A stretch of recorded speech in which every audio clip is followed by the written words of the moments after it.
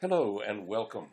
This is Captain Aquarius coming to you again as Dan First on January the 8th of 2017 from Lake Atitlan, Guatemala, where I am about to start my next tour for the signing of my new book, Maps of Power. There will be more on another video about this, which I'm going to send out about the book events themselves and also the live stream astrocartography video series that I will be doing at the end of January in Houston, Texas, at the end of March in Cork, Ireland, at the end of May in Vienna, Austria. So more on the other recording about this. Our purpose right now is to look at the chart for the full moon of the January 12th of 2017. And this chart that you see here is cast for Washington, D.C., because the point here is that the full moon needs to be tracked in relation to the place where the energies are most intensively underway for the undermining of the new changes that are likely to come with the inauguration of a new American government on January 20th.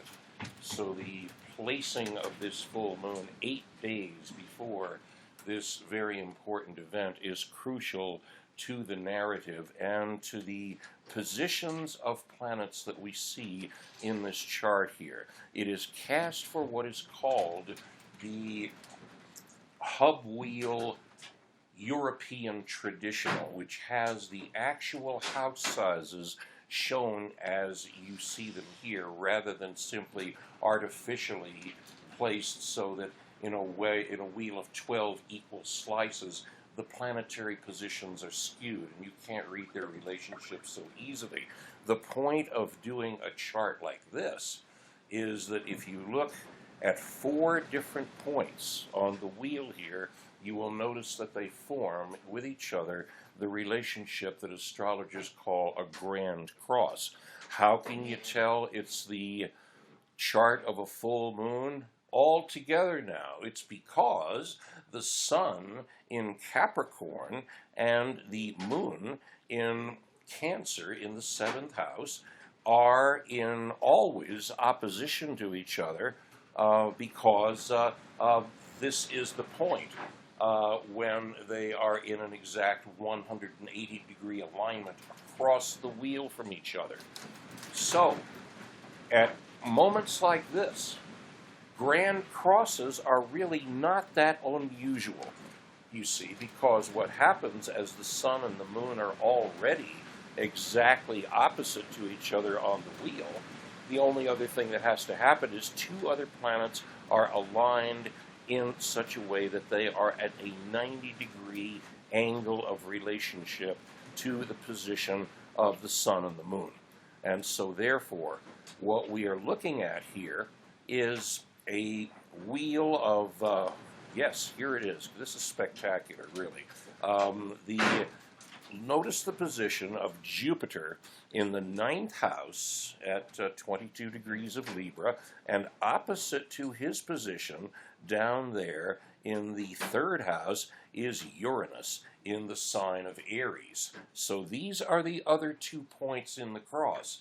And one other powerful energy that needs to be aligned here is in the 1st house, Pluto, the lord of death and regeneration, the sweeper away of things that can no longer continue. And so when he is in a relationship of 90 degrees with Jupiter, the implications of this are plain, that in the Jupiterian realm of government, finance, higher education, and so on, there are likely to be changes of a kind that a number of people indeed do not really want to see. And so, therefore, the possibility of conflict, of competition, of intense maneuvering, of plotting and counterplotting and contemplating the most dangerous and terrible deeds in order to preserve the existing power system, all of this is going on now. It will peak at the full moon of January 12th, and then it will continue, needless to say, as other lunations go on, because the planet relationships, some of them remain very much the same, and they will repeat from one full or black moon to another. So we go back to this chart and we notice what else is in it. The implications here of a T-cross, which is what we have here with Sun conjunct Pluto opposite the Moon, both of them square at 90 degrees to Jupiter in the 9th house, opposite to Uranus in the 3rd. These two deserve particular attention because when they are in favorable alignment, especially in conjunction, their power is dynamic for the realizing of one's aims, especially on the material plane, and for the gaining of breakthroughs in designs and solutions that are applied, especially as Uranus is the planet of electricity and therefore electronic communications, and so on. And so when these two, however, are not getting along, as they are somewhat not getting along here, then the implications of that arrangement are different, especially when they're in squares, these 90-degree angles to the other planets that are in this design. A square of 90 degrees is traditionally interpreted by many astrologers to mean a relationship of stress, or tension, or difficulty, or blockage somehow in things that do not move along, excuse me, extremely well at this time. And so when Uranus and Jupiter are not getting along, then there is the likelihood of losses suffered as a result of foolish moves.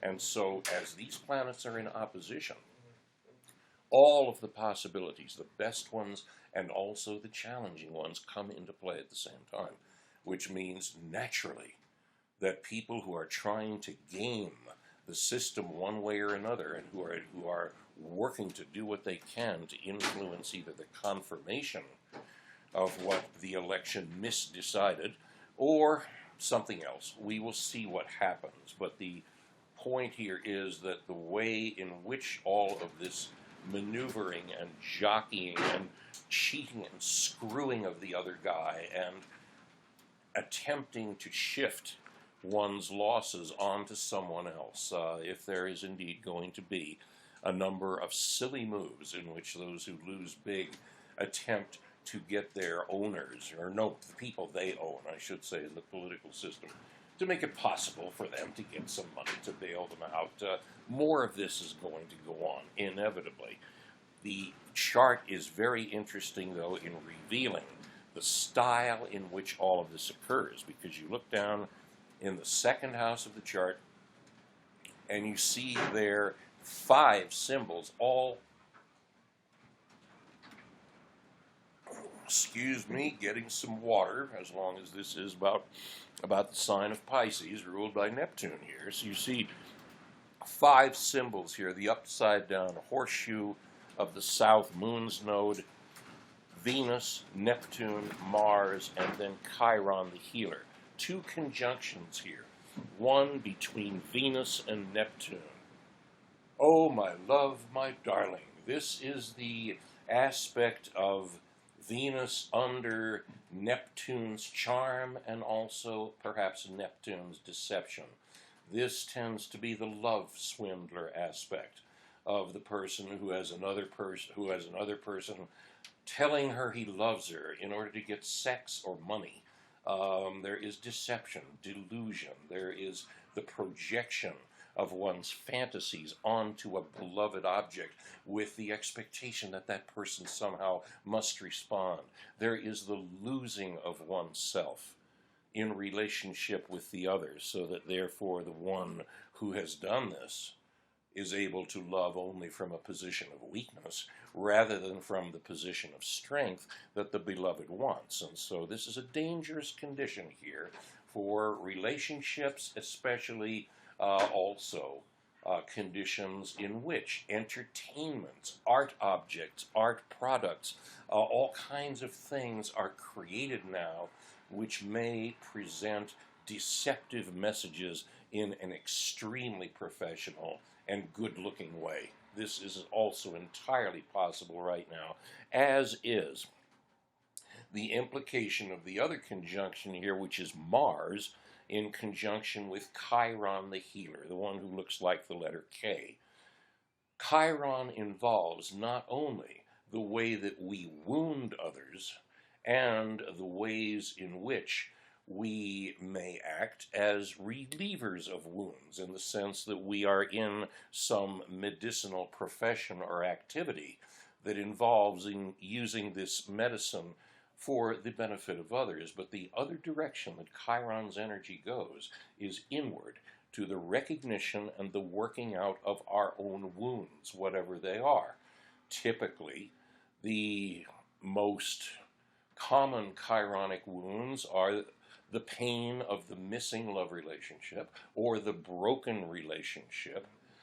The other is the wound of the undiscovered purpose and the underutilized gift, which is common to so many people now, and you have heard them as well as I have, asking, what am I supposed to be doing? If only I had an understanding of this. And it's even more interesting when the other person knows what they're supposed to be doing, but they have not yet summoned the resolution and resolve and determination to go after it and do it. So a lot of people are in this position now. And with Mars, in effect, irritating Chiron here, the planet of the warrior, in effect, is stepping next to the physician and suggesting perhaps if this person were a little less victim conscious, he or she could recover more rapidly and completely. There are all kinds of things going on here that are also related to the Sun and Pluto over there in the first house, because the Pisces planets, Mars and Chiron, are in the 60-degree sextile. They're in this powerfully creative and beneficial angle with the Sun and Pluto. So this is a highly auspicious time. This is one major element of co-creativity that is available in the midst of these other, sometimes very challenging conditions. And so to see what else is present in what we are looking at here, we can notice also that, excuse me folks, got no choice, strong wind today, and we will continue. This will be only a few minutes more. The only other thing really to say here is we've covered the basics about this chart and the conditions of the time, is the answer to the question, is 2017 going to be better than 2016? Well, the answer is yes and no. That's the easiest way to address it. However, a person who is asking, is 2017 going to be any easier than 2016, did not get the lesson of 2016. Because if we are asking such a question, we are normally thinking within a narrow compass of ourselves, our immediate family, and a few friends, rather than the wider communal compass, which is what we ought to be thinking and acting in. The other implication of that question is that I do not have any ability to change the situation for my benefit, so that all I can do is be reactive here and hope for the best under random conditions. The best question to be asking right now is, what am I going to do in order to improve conditions? How am I going to stimulate greater individual creativity, joint creativity, communal co-creativity, visioning, and ceremony for the purpose of bringing about the earth that we intend and the societies which are going to be more transparent and honest and equal and open and loving to each other. So The ways to do this are clear in this chart. We have lots of planetary allies. Let's hope we use them.